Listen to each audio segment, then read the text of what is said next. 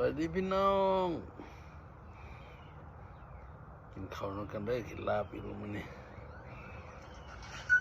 แซ่บๆพี่น้องลาบเนี่ยกินทุกเพื่อแซ่บทุกคำลาบใส่บีคมๆ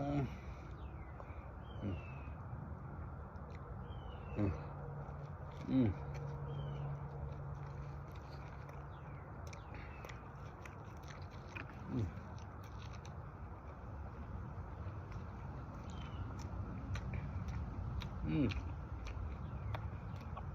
โอเค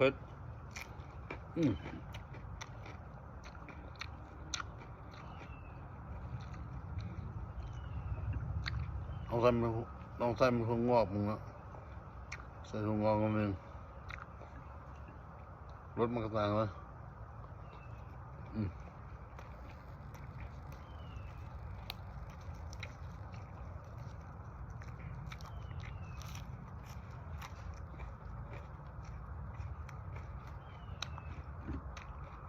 แต่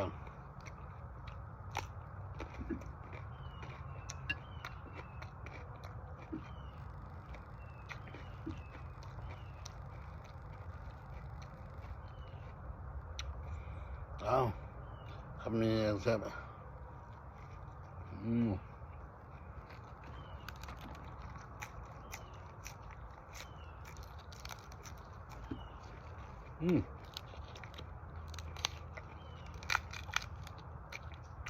แค่บราบเซนมาไว้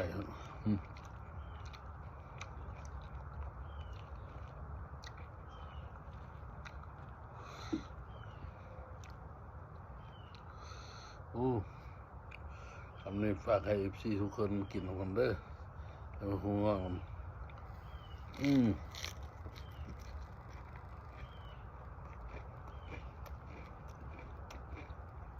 ทำครับ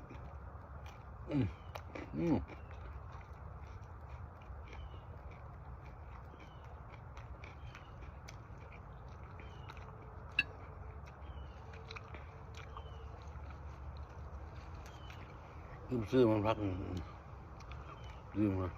คิ้วหอมแซ่บ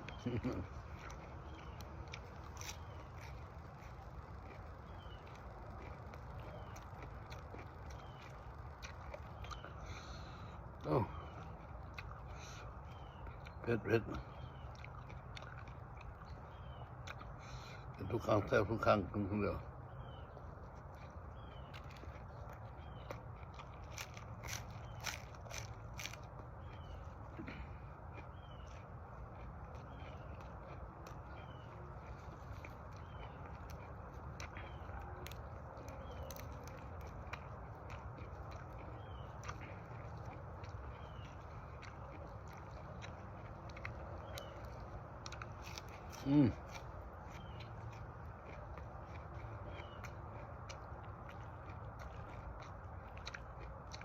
เริ่มมาแล้วข้าวแมงวันถ้าว่ากับแขกบริรับเชิญ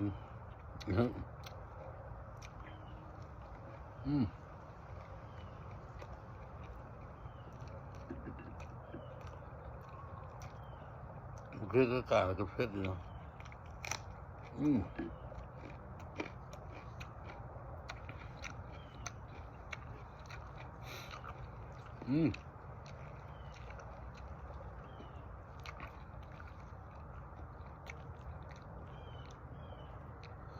มมักมันเลยกินอยู่หลังนอกบ้านคือว่าแซ่บนะกินอยู่หลังบ้านเนาะกินอยู่เฮือนบ่แซ่บกินลาบกิน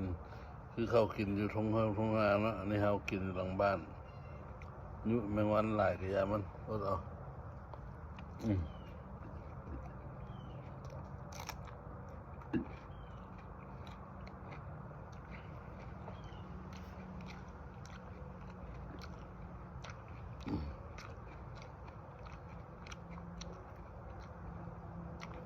วันนี้ก็จบคลิปไปคนนะเราเจอกันคลิปหน้านะเราจะต้องกินสุดแซ่บมาซื้อพี่น้องกินนี้ Thank you everyone to watching come be together in yummy Thank you ขอบคุณครับผม